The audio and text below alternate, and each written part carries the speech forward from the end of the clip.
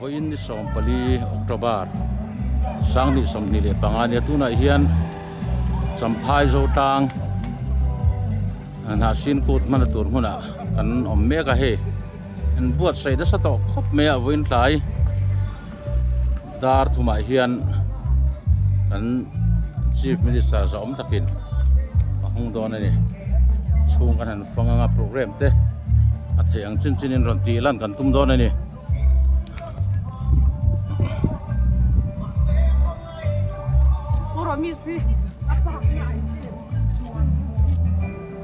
lut thei je lang a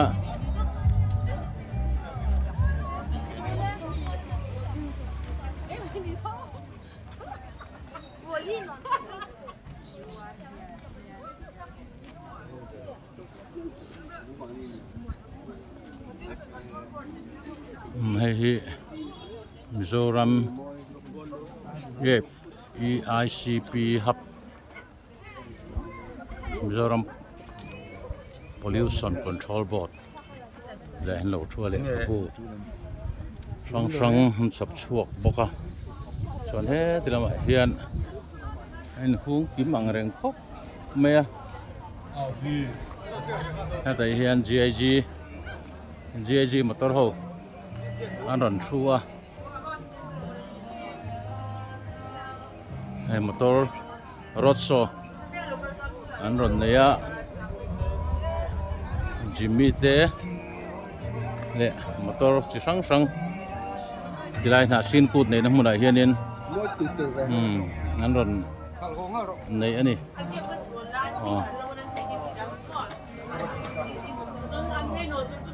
tôi thấy na sin kut a ai rotso ten ron neya enge ron en ten an tam to em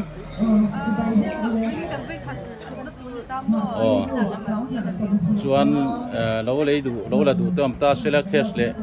installment ang ten in pe chok the tin ani mo ole alo me ole me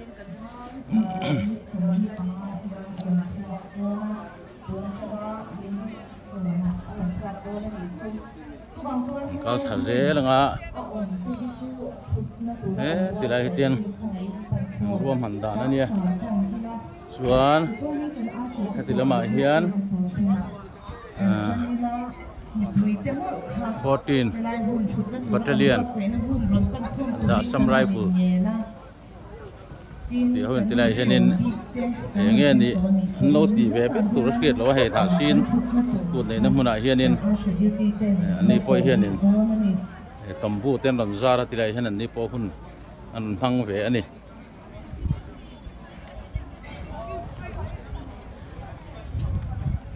tiếng kal phei ze langa nghe hậu tu pa phei thọ khát to em alo mo me dar zat nghe program ba hum ma yang hong do na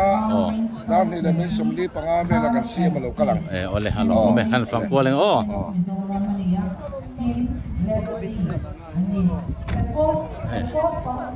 kual te po an tam ang reng me to na ti hianin tilai hianin na tak install mun an siama an tilanga hianin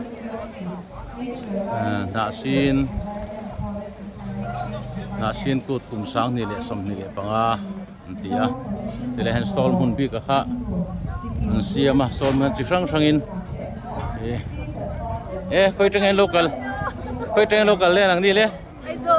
anh đi tới số hi thiền pang en nè anh đi tới số quay trang nghe cái yeah you come from UK okay thank you welcome UK trang te pon na sin kun mang turin anh cũng kala hey tha tiền la thế này pon quay trang ron kal ngen đi hi kan khelo hey sister te pon nen tha an la ni hey so lại hiền thom no le puan te thil moi tak phau chua ka kan han phang kual ze langa he te lampang hi ang lampang nge ni hianin hi stall chu mani ta hianin bungra chi sang oma moi lom khop mai he Westcott môi tắc tắc thế phần thăm view này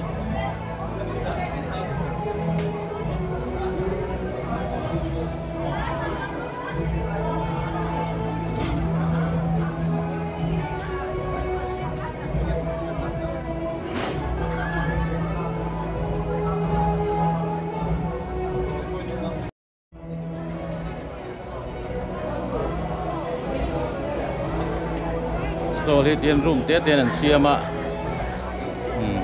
văn zuar môi làm về bằng par làm bằng đi mua năng ní su zuar môi thế vậy nó phải trâu rồi thì là mà hiện in nang xem thì làm bằng đi hay zuar môi làm mấy bằng par khỏi năng chi thế thì môi tắc tắc cái zuar này cho nên thì là mà hiện in thì nó bốc cái thì là mà hiện makeup làm bằng thì là mà hiện zuar về thung ạ hết thì mà hiện in frame làm bằng thế zuar này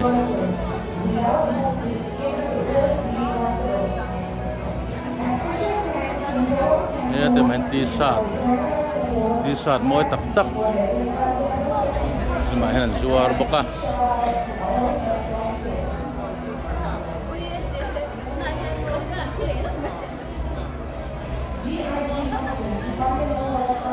stall mun an siam po chang kang sot khop me ni kum lampang ai chuan ma sot khop me na kum lawa ten la tire do ni chuan hei aya moi le ro pui zok yan la siam le pura te phong ai tra ti hian mol hi liat takin an siam ati hian mal malin kan vat lo vek thei lo nga tin kan han phang thuak tu ka nga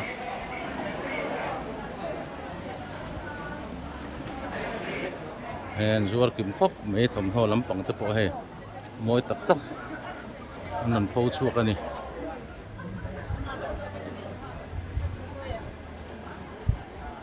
tại hen dâu làm thil chi sang sang thế zuar boka zuar môi lắm khop mấy lệ nghe chi này hết mà hen dâu cuốn lắm bằng anh ạ phô suộc môi lắm khóc mấy khơi lắm trăng cái pin rồi phô lên hàng đi lên chấm hai thầu mò này thật sự vẫn chỉ sang sang mấy xe bị chi xua là tỷ lệ hiền chuan tỷ lệ mà tập bộ hiền anh nhỉ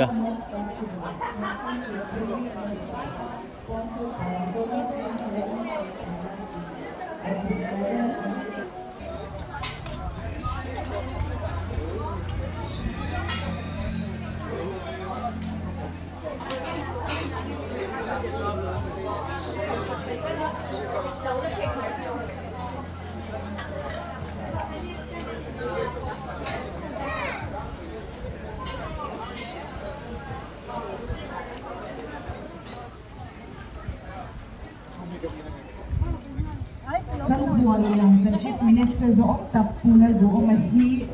that million his somebody Panga Circuit House Changin Kalai Holi Alam Andona Lipuite Chutu Turakan Watse Panturin Kalin Soma Tin Kan Misong Tepo Hetahian Ashe Tenin Chut Naturan Lauren Don Sewa Toy Komwang Nova Helai Mulan Pantlang Turin Kan in Nani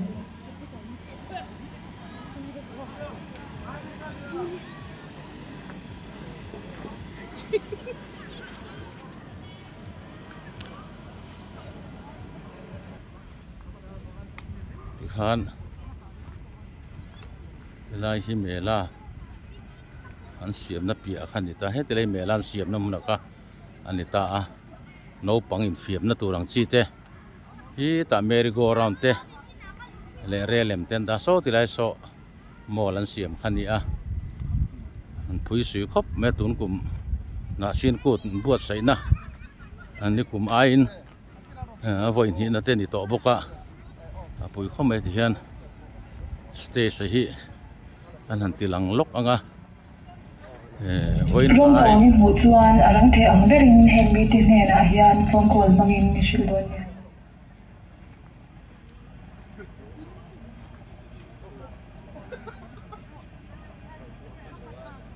chelai hi program ne nam hon tu ni a na sin kut sang hi som ni le panga ti ani wen tlai dar thuma kan siam za om tak pulal do man na sin kut thon na hun hi anei don ani Lotlin phute mason phute mani thora dik tak sen phute rem chan leve phak lo awanga andin hun lua tur lua phak lo te tan Mizoram sarkar chuan mitai ma tumru le mangchang shia te khai chhuah nan le chan puina ban a phar chhuaka in to del na twan tling nei tuma be tu te bol chan na tur te an malak to na te tu na hianin ele in lampang food store an ya tilai hi he siam pui pe me tilai poi hian aton ton hian ele tu chi sang siam ni a tu chi sang ai tu siam ni tilai mo na hianin siam pui nai nom ko ai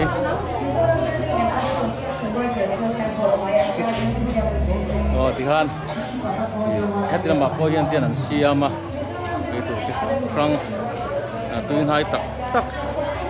cái tổ đó mà nè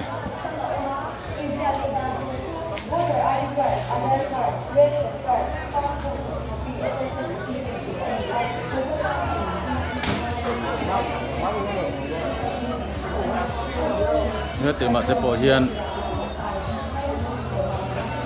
siam mà ton hiện tiền thì lại muốn hi ele tu siam na stol mun kim nia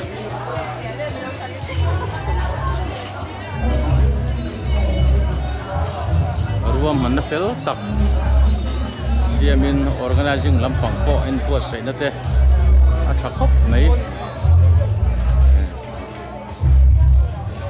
amun ha an ruam man na bun te pon ato zawa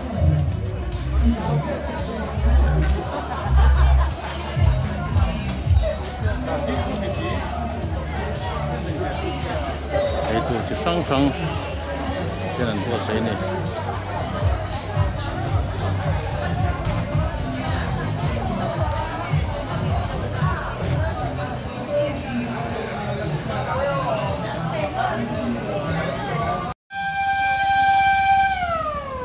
tu nak hian kan siam zong tak pulau tu ama nak sin tut mang turin le hon na ni turin aron kheng chi ani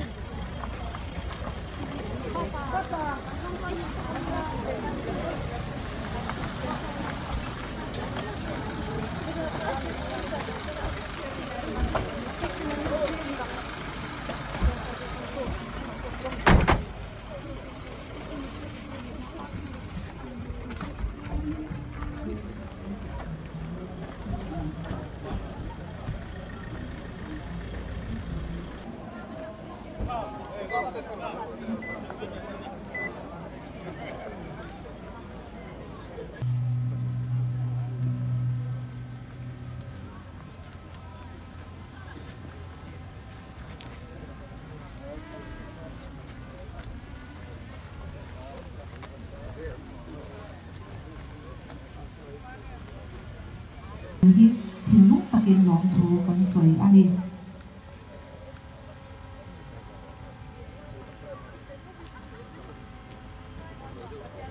Chief Minister zo tak hian kut in buat sei na te fan kual zo a to san lam aron pananga kut hon na program kan chan do na ni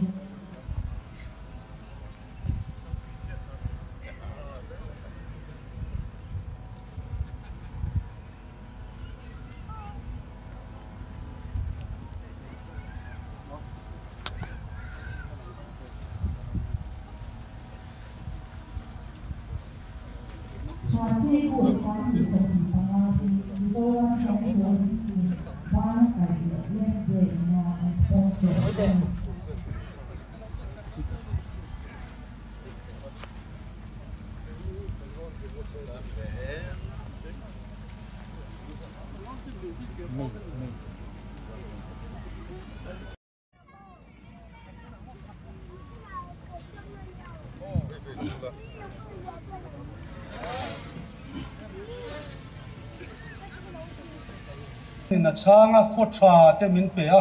ka lom le maya hun ser mang tura min som khim khim po hi kaloma ka vei zong kam ni khat lek soina hun ka ne wangin kalom hle ani a phal china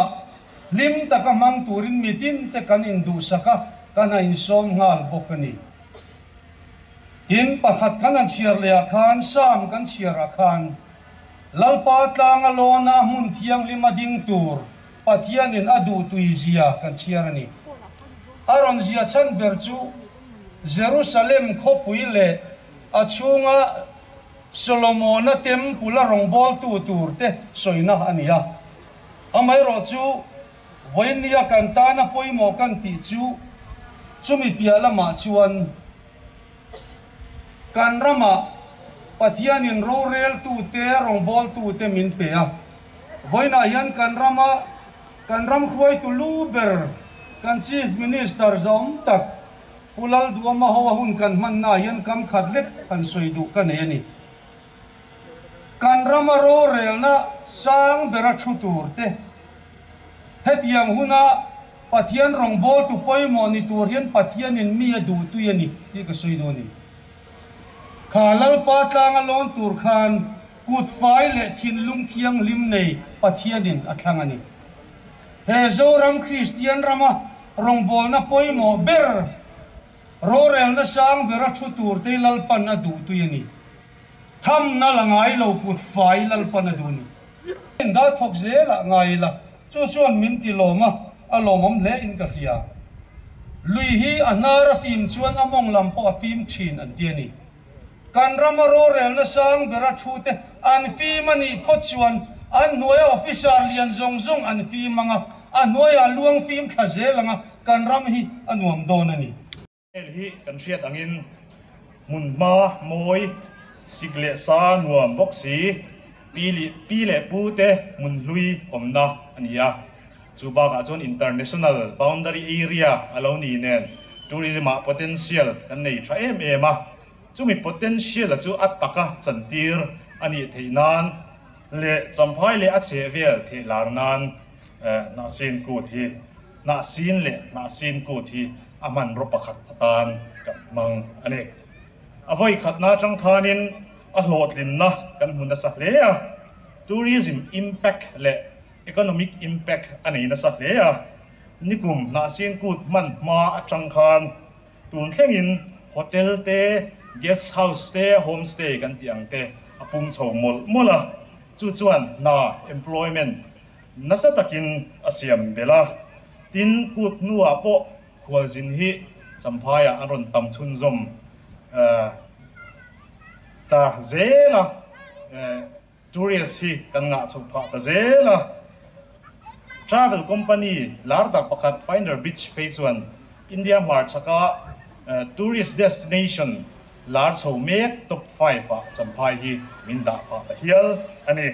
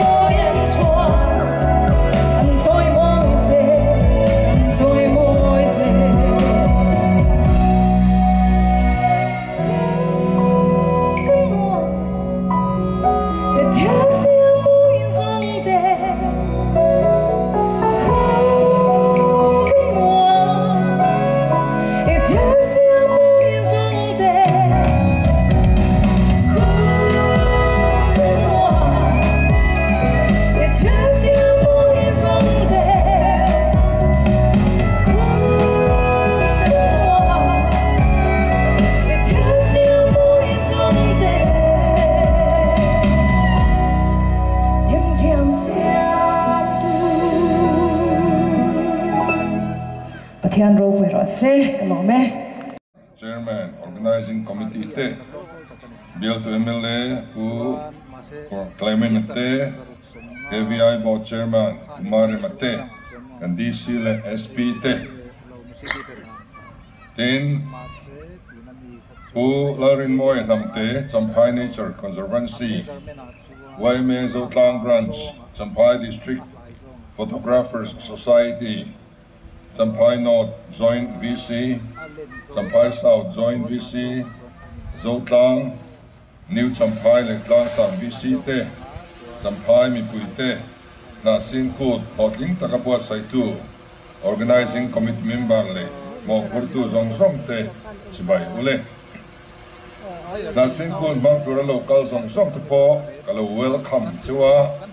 Kalau tumain buat Sai Mek te po Tuang Taka in local Tainan du sakna kalan chu kan ruai tu te Minfield danin ni kumpu avoi khanna khan ko chimtu mi sing rup suang an oma ko work peta tourist providers te sumle paina google.com chu cheng nuai sang khat atingani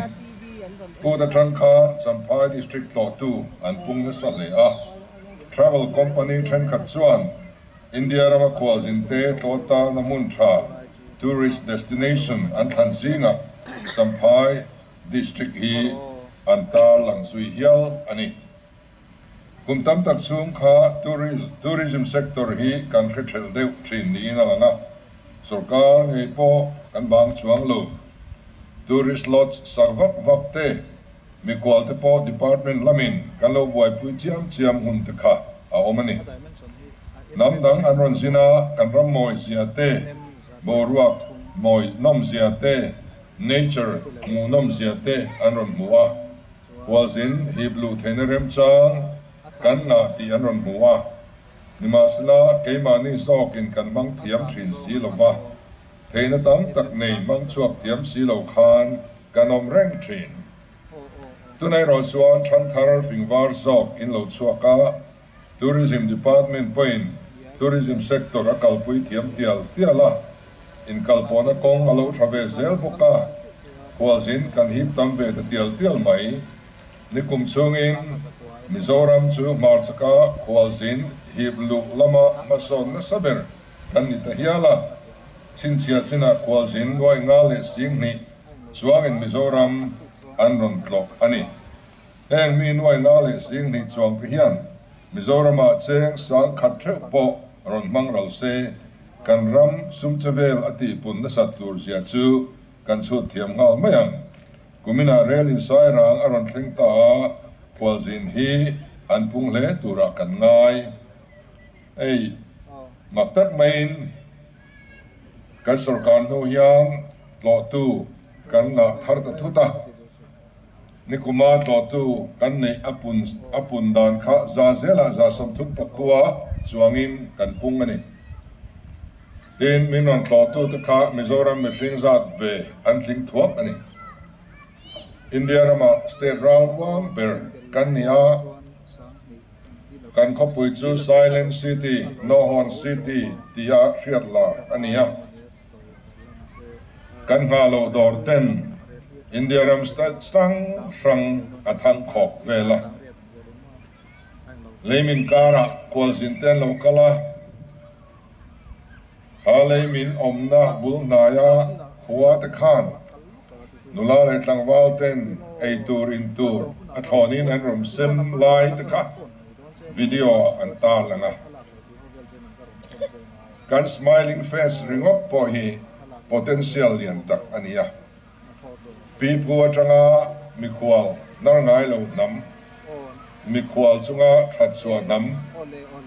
Bible kan merfiat ma hau po kan pipu te atanga kwal zin chunga that chua thin nam kan ni a tourism kan ti hi mizo te DNA a hian abet sa ani tourism India online in Talandani Sikkim le Gujarat Kwan Unstate GDPR 10% vel hi tourism atanga an monia Meghalaya Kwan 7% vel an muchuak nia soini kan thenom nai ram Macau te Maldives te hian an ram GDP atanga chu ta za somthum pasari vel zet chu tourism atanga an mu chu ani keni point kan ram kanen kol thiama kan khotla nun moi takhi kan zor tiam chuan sum le pai tam tak mu theinarem chang kan ne ni Kwazintana tlonuam taka kanin siam tiam angai ti hi fiang u chu tourism sector a apoi mo lai ber ani